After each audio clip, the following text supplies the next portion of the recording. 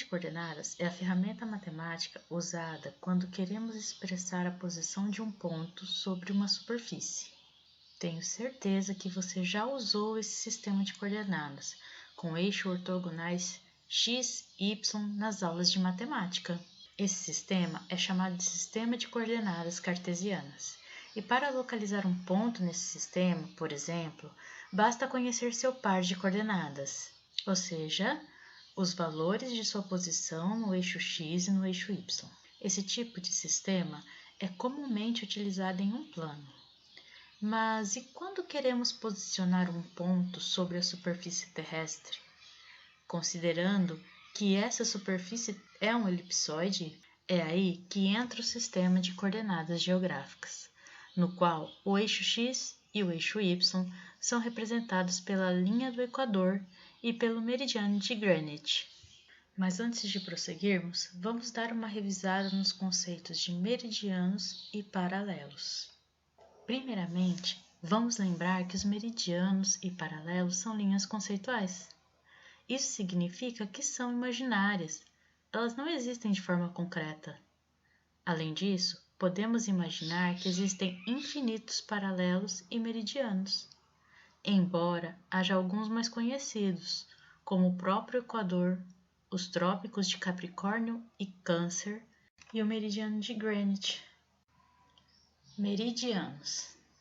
Os meridianos são círculos máximos que se coincidem em dois pontos da superfície terrestre, no Polo Norte e no Polo Sul. Teoricamente, todos os meridianos possuem o mesmo tamanho. O meridiano de origem é o meridiano de Greenwich.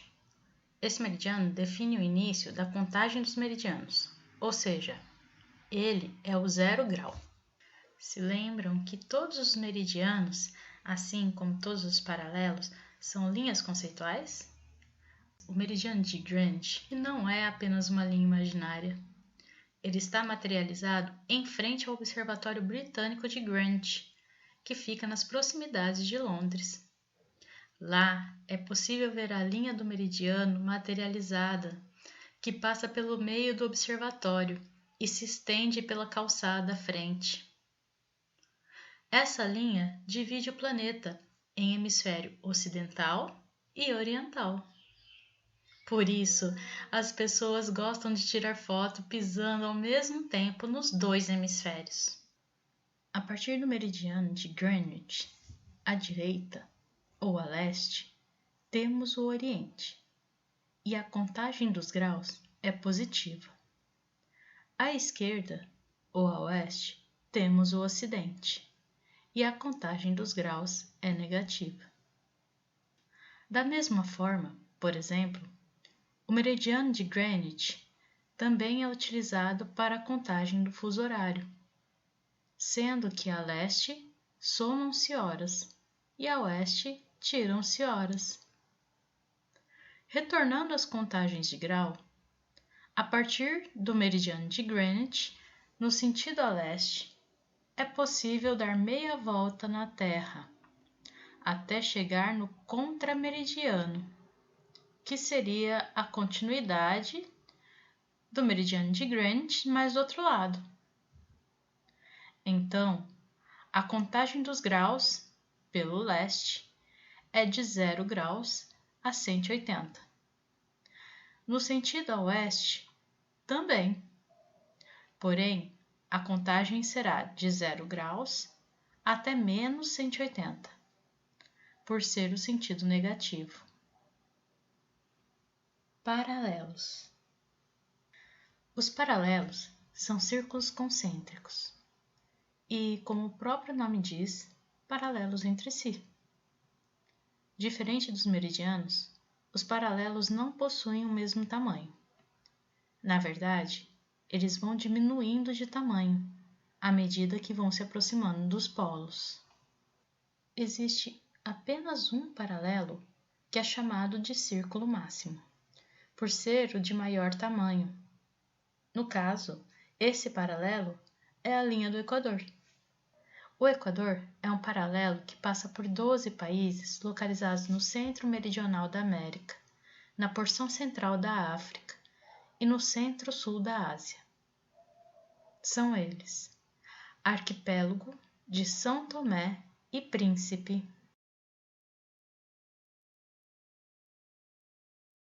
Gabão, República Democrática do Congo, Uganda, Quênia, Somália, Maldivas, Indonésia, Kiribati, Equador, Colômbia e Brasil. A linha do Equador divide o planeta em hemisfério norte e hemisfério sul. Sendo o Equador 0 graus, partindo dele na direção ao Polo Norte, a contagem dos graus vai de 0 a 90. Mas, se sair do Equador em direção ao Polo Sul, a contagem dos graus será de 0 a menos 90. Uma vez que o meridiano de Greenwich pode ser usado como eixo Y do nosso sistema de coordenadas geográficas, então o Equador pode ser usado como eixo X. Porém, por se tratar de um sistema de coordenadas sobre uma superfície curvilínea, suas medidas serão em graus, minutos e segundos. No sistema de coordenadas geográficas, utilizamos duas coordenadas, denominadas latitude e longitude. A longitude geográfica é definida como o ângulo formado entre o meridiano de Greenwich e o meridiano local, contado sobre o Equador. A latitude geográfica é definida como o ângulo formado entre o Equador e o paralelo local, podendo ser contado sobre o meridiano de Greenwich ou sobre o meridiano local. Vamos entender melhor. Aqui temos a representação de uma esfera, como se fosse o globo terrestre. Imaginamos então que por essa linha nós vamos traçar o meridiano de Greenwich e que por esta linha traçaremos o Equador. Este é o centro do nosso globo. Os ângulos são formados a partir desse centro. Supondo que temos um ponto P localizado em um ponto qualquer do globo, é certo afirmar que por ele passa um meridiano. Esse meridiano é denominado meridiano local.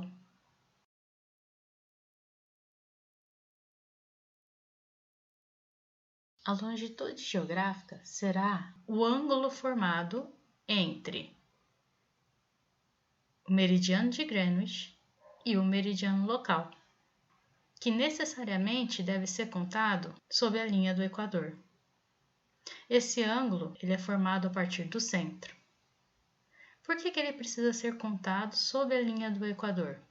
É porque, se vocês se lembram, o Equador é o único paralelo de círculo máximo, ou seja, aquele que tem o maior diâmetro.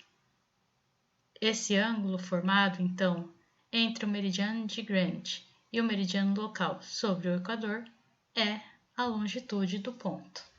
Lembrando que o valor angular é o valor dado pelo ângulo formado a partir do centro do globo. Vamos pegar o segundo caso, para a latitude. Supondo então que temos o meridiano de Greenwich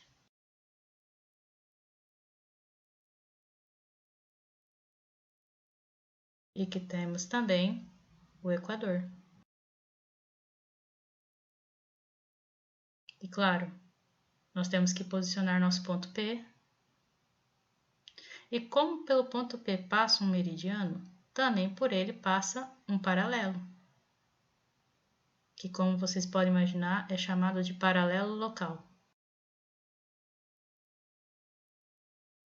Portanto, a latitude ela será o ângulo formado a partir do equador até o paralelo local, ou o paralelo por onde passa P.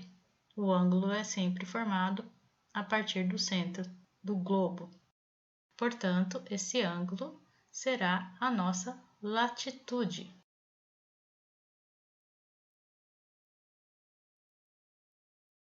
Essa medida angular nós podemos obter tanto a partir do meridiano local, como também a partir do meridiano de Greenwich e como a partir de qualquer meridiano, pois os valores angulares entre essas medidas serão as mesmas. Isso porque os meridianos são todos círculos máximos, portanto possuem os mesmos tamanhos. Portanto, a contagem da latitude são feitas sobre os meridianos e da longitude sobre o equador. De forma projetada, teremos essa divisão, onde podemos ver então a linha do meridiano de Greenwich e a linha do equador, formando então o eixo Y e X. Pensando na longitude, que é contada sobre o eixo X, precisamos lembrar que, à direita, no hemisfério oriental, os valores serão positivos, e à esquerda, no hemisfério ocidental, os valores serão negativos. No caso das latitudes, elas serão então positivas no hemisfério norte e negativas no hemisfério sul.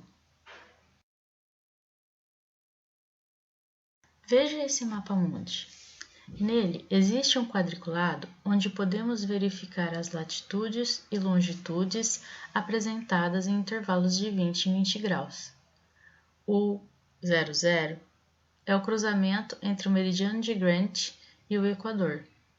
Um ponto qualquer sobre esse mapa pode ser localizado por um par de coordenadas geográficas, como em um sistema cartesiano XY qualquer. E esse segundo mapa-mundi?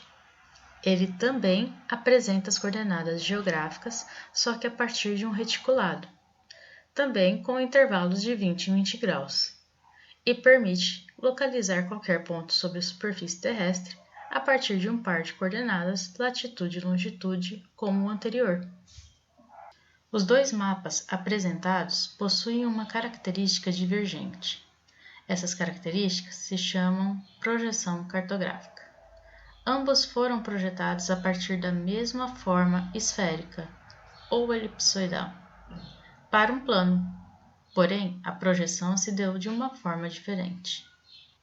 O conhecimento das projeções cartográficas é importante antes de passarmos para o próximo sistema de coordenadas, que é o sistema UTM. Então, vamos dar uma estudada sobre as projeções. Quando pensamos em criar um mapa, estamos pensando em transferir uma informação de uma superfície tridimensional esférica para um plano bidimensional. Porém, existe um sério problema quando a superfície tridimensional, como no nosso caso, é uma esfera ou um elipsoide. Ao tentar transferir uma figura curva para um plano, ela sofrerá fissuras ou rupturas. Essas fissuras serão matemáticas, ou seja, a projeção gerará distorções.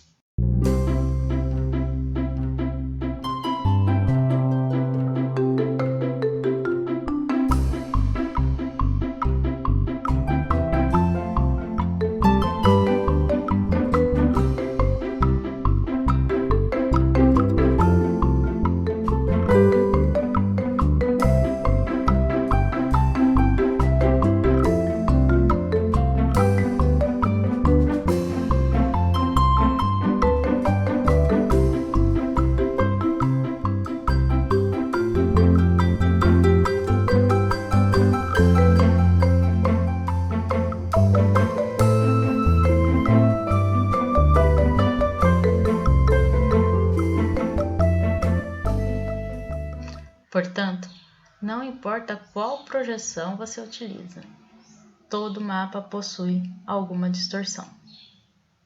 As projeções cartográficas são definidas a partir de alguns parâmetros, quanto à superfície de projeção, quanto à posição da superfície de projeção em relação à superfície de referência, quanto ao contato da superfície de projeção com a superfície de referência, quanto à propriedade mantida, quanto ao método e quanto ao ponto de vista. A superfície de referência, no caso, é o globo terrestre, e a superfície de projeção é uma superfície geométrica na qual serão projetados os elementos presentes na superfície terrestre. Como superfícies de referência, podemos citar o cilindro e o cone, que são criados pelo desenvolvimento do sólido em um plano, ou a superfície azimutal, que já é uma superfície plana.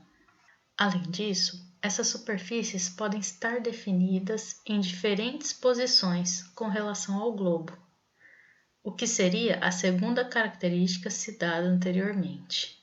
Vamos dar uma recapitulada então nessas duas primeiras características: o tipo de superfície de projeção e a posição dela em relação à superfície de referência. Projeção cilíndrica. Como o nome diz, a superfície de projeção é um cilindro que envolve a superfície de referência. O cilindro é desenvolvido ou desenrolado para se obter a projeção no plano. A superfície cilíndrica ela pode assumir diversas posições em relação à superfície de referência. Na projeção cilíndrica equatorial, o cilindro está de pé e está envolvendo o equador. Na projeção cilíndrica transversa, o cilindro está deitado. E na projeção cilíndrica oblíqua, também chamada de projeção cilíndrica horizontal, o cilindro está em qualquer outra posição. Esta é a projeção cilíndrica de Miller, um exemplo de projeção cilíndrica equatorial. Como vocês mesmos podem ver, nesta projeção, tanto os meridianos como os paralelos são representados por linhas retas, que se encontram em ângulos de 90 graus. Projeção cônica. Da mesma forma que o cilindro, na projeção cônica, um cone envolve a superfície de referência. Esse cone, então, é desenvolvido para que se possa abri-lo em um plano. Ocorre que, nessa superfície de projeção, os elementos da superfície de referência que são projetados no sentido do ápice do cone tenderão ao infinito. Isso causará grandes distorções. Por isso, nas projeções cônicas, a porção que faz parte do ápice do cone não é representada. Em relação à posição do cone, a projeção cônica pode ser denominada projeção cônica normal, quando o cone está em pé, projeção cônica transversa, quando o cone está deitado, e projeção cônica oblíqua, ou também chamado de projeção cônica horizontal.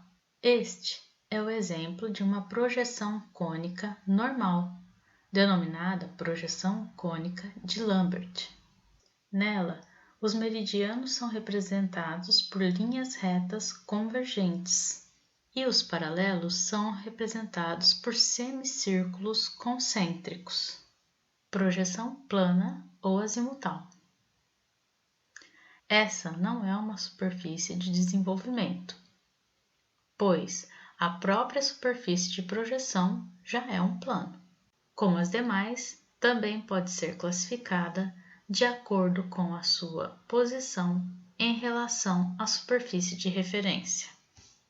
Se o plano estiver perpendicular ao eixo norte-sul, sobre algum dos polos, então ela é denominada projeção plana polar. Caso o plano esteja perpendicular à linha do equador, então ela é denominada projeção plana equatorial.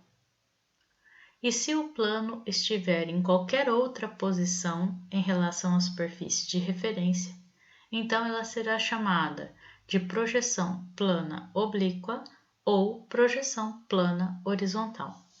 Esta é a projeção plana polar. Vocês podem verificar que nesta projeção, os meridianos são linhas retas convergentes e os paralelos são círculos concêntricos, diferente da projeção cônica em que os paralelos eram semicírculos. Mas talvez você esteja pensando que já viu essa imagem em algum outro lugar. É que essa projeção é a projeção utilizada no mapa, que faz parte da logo da ONU. A terceira característica das projeções cartográficas diz respeito ao contato da superfície de projeção com a superfície de referência, que no caso pode ser secante ou tangente. Veja o exemplo para a projeção cilíndrica equatorial. O cilindro pode ser tangente ao globo, relando nele apenas na linha do equador. De outra forma, o cilindro pode ser secante ao globo, cortando, portanto, essa superfície duas vezes, uma para entrar no globo e outra para sair. Nesse caso, a superfície cilíndrica relará no globo nas duas linhas de corte.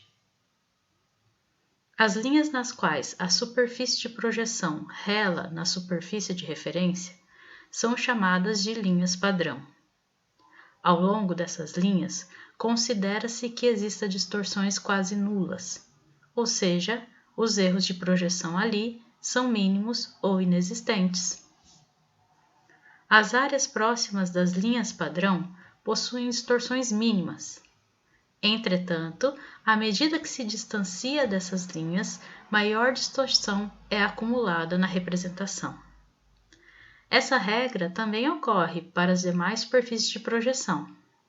Uma outra característica das projeções diz respeito à propriedade mantida.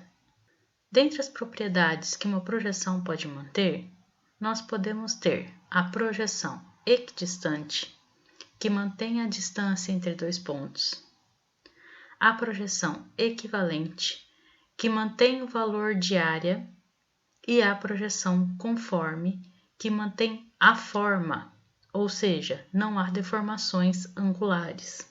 É muito difícil encontrar uma projeção que consiga manter mais de uma propriedade dessas simultaneamente.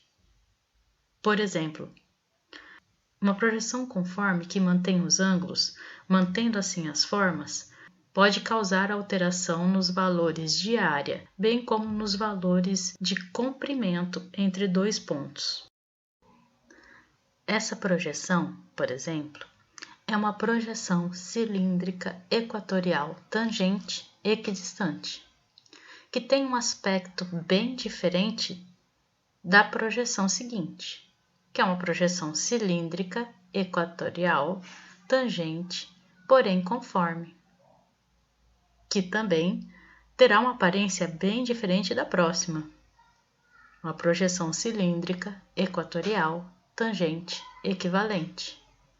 Ou seja, basta mudar a propriedade mantida e a aparência da projeção já será diferente. Em resumo, as projeções podem ser classificadas, portanto, quanto ao método, que não é uma das características que eu passei para vocês nessa aula. Elas podem ser classificadas também quanto à situação do ponto de vista, outra característica que não foi mencionada nessa aula. Elas podem ser classificadas também quanto à superfície de projeção utilizada, se planas, também denominadas azimutais, ou se utiliza uma superfície por desenvolvimento, que no caso são as cônicas ou as cilíndricas. No caso em que se utiliza mais de um cone para fazer a projeção, são chamadas de policônicas. É possível também haver algumas projeções poliédricas. As projeções podem ser classificadas também quanto à situação da superfície de projeção. Isso se refere a que posição que a superfície de projeção está. No caso das superfícies planas ou azimutais, podem ser polares equatoriais ou oblíquas, ou também chamadas de horizontais. No caso das cônicas, elas podem se chamar normais, transversas ou horizontais ou oblíquas. E no caso das cilíndricas, equatoriais, transversas e horizontais ou oblíquas. Uma outra característica é quanto às propriedades, nas quais elas podem ser equidistantes, equivalentes ou conformes. Existem também as projeções afiláticas, que são aquelas projeções que não definem uma propriedade específica ou que conseguem manter mais de uma propriedade em algum ponto de sua representação, mas nos demais pontos não mantém nenhuma. Dentro deste resumo, ainda faltou citar uma das características, que é em relação à proximidade da superfície de projeção com a superfície de referência, quando elas são secantes ou tangentes. Diante de todas essas características, é possível imaginar que existem inúmeras projeções. Vamos dar uma olhada em algumas?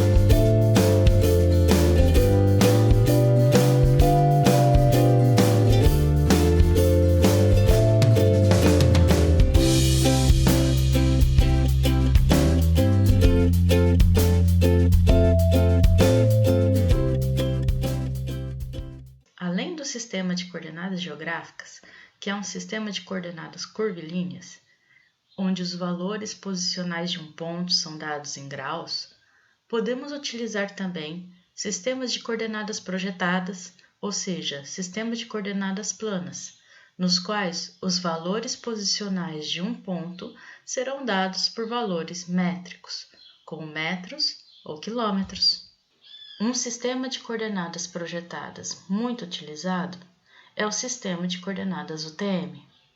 Esse sistema de coordenadas é baseado em uma projeção denominada UTM, que é a projeção universal transversa de Mercator, cujas características são cilíndrica, transversa, conforme, analítica e geométrica, estereográfica, secante, indicada para regiões de predominância norte-sul, ou seja, quando o território é maior no sentido latitudinal do que longitudinal. Para criar esse sistema, portanto, foi utilizada uma superfície de projeção cilíndrica deitada e secante ao globo. Os cortes gerados pela seção dessa superfície ao globo possuem o tamanho em longitude de apenas 6 graus.